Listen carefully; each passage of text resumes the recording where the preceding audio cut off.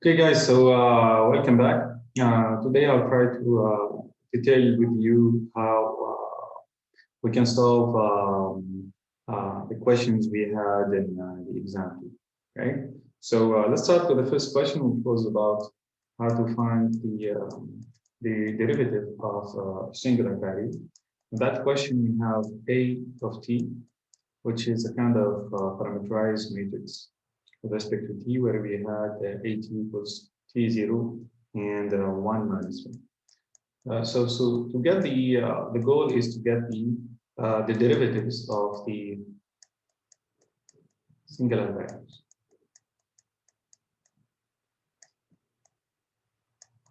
We call them sigma 1 and 2.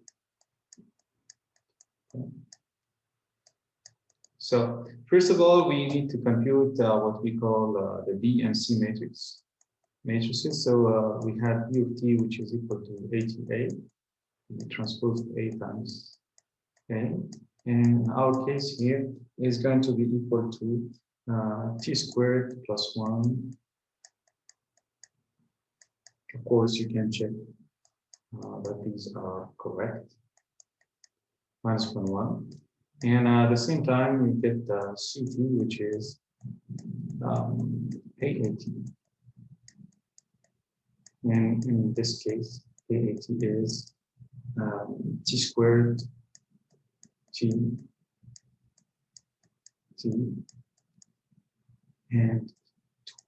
Okay, so in fact, both B and C, they share the same eigenvalues. So in that case, you can just work on one of them. So to get the eigenvalues of C, for instance, you can just solve the determinant of C minus lambda I equals 0. So in fact, you're going to have the determinant of t squared minus lambda t 2 minus lambda, which is equal to 0. So at the end, you get the following second degree equation with respect to lambda, which is lambda squared plus minus t squared minus 2 lambda and plus t squared. So solving the second degree equation with respect to lambda, you get with a discriminant, you get b squared minus 4ac here, for instance, is ends up to be equal to t to the power 4 plus 4. And your two eigenvalues are lambda 1 and lambda 2. And as we said, they are shared with b, is t squared plus 2. So it's minus b plus or minus square root of delta. So plus or minus square root of t to the power 4 plus 4 all divided by 2a, which is 2. Okay. So you can write it this way. Okay. So what are the singular values? The singular values are the square roots of these eigenvalues. In that case, lambda 1 and sigma 1 and sigma 2 would be the square roots of t squared plus 2 plus or minus square root of t to the power 4 plus 4 divided by 2. Okay. Now, what is left to do is to differentiate these and get the right singular variable. So if we differentiate it here, we get first of all we have a square root. So the derivative of each one of the sigmas with respect to t will give you 1 over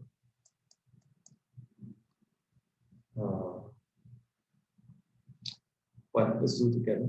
So we're gonna have let me put this 1 over square root of 2 outside.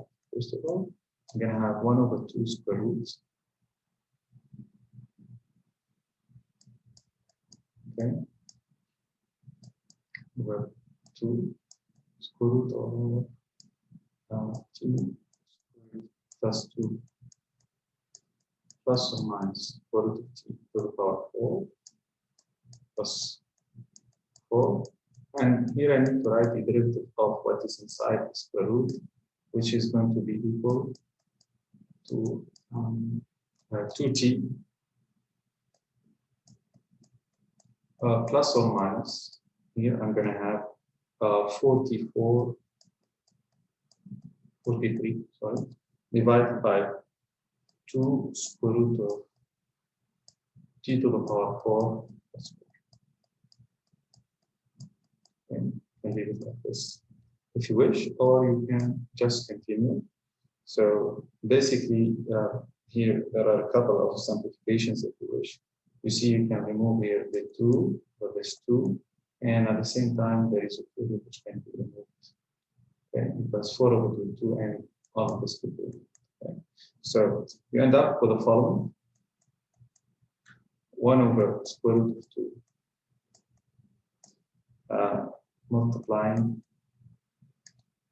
t plus or minus, I have just t3 now divided by square root of t to the power 4 plus 4, all divided by the square root of t squared plus 2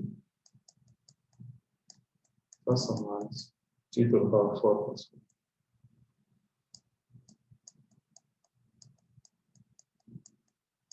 Okay.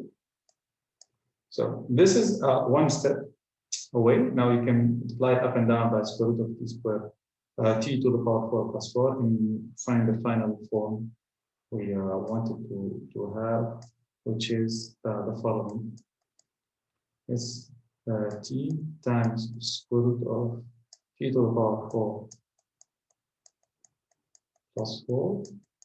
Yeah, you can write plus or minus t to the power 3, all divided by square root of 2 times square root of, you can put it just in one single square root, or you can put them one next to each other. So you can write it like this. And it's multiplying t squared plus 2 plus or minus. And you have another square root inside, which is square root of t to the power 4 plus 4. Okay? And that's it. If you wish. So that's it. And this is for the solution of the first question, which was about the derivative of the singular value.